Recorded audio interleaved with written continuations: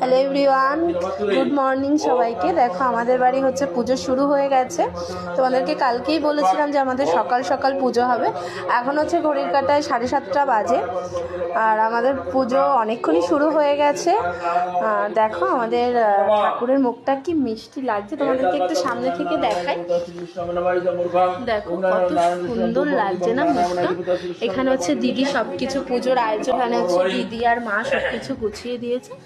আর এই যে বাবা হচ্ছে পুজো করছে, ওখানে আছে দিদি আর ওই যে মা আছে। আর আমি হচ্ছে তোমাদেরকে দেখাচ্ছি একটু পরে। দেখো আমাদের ঠাকুরের মুখটা না খুব মিষ্টি লাগছে, ভীষণ সুন্দর হয়েছে।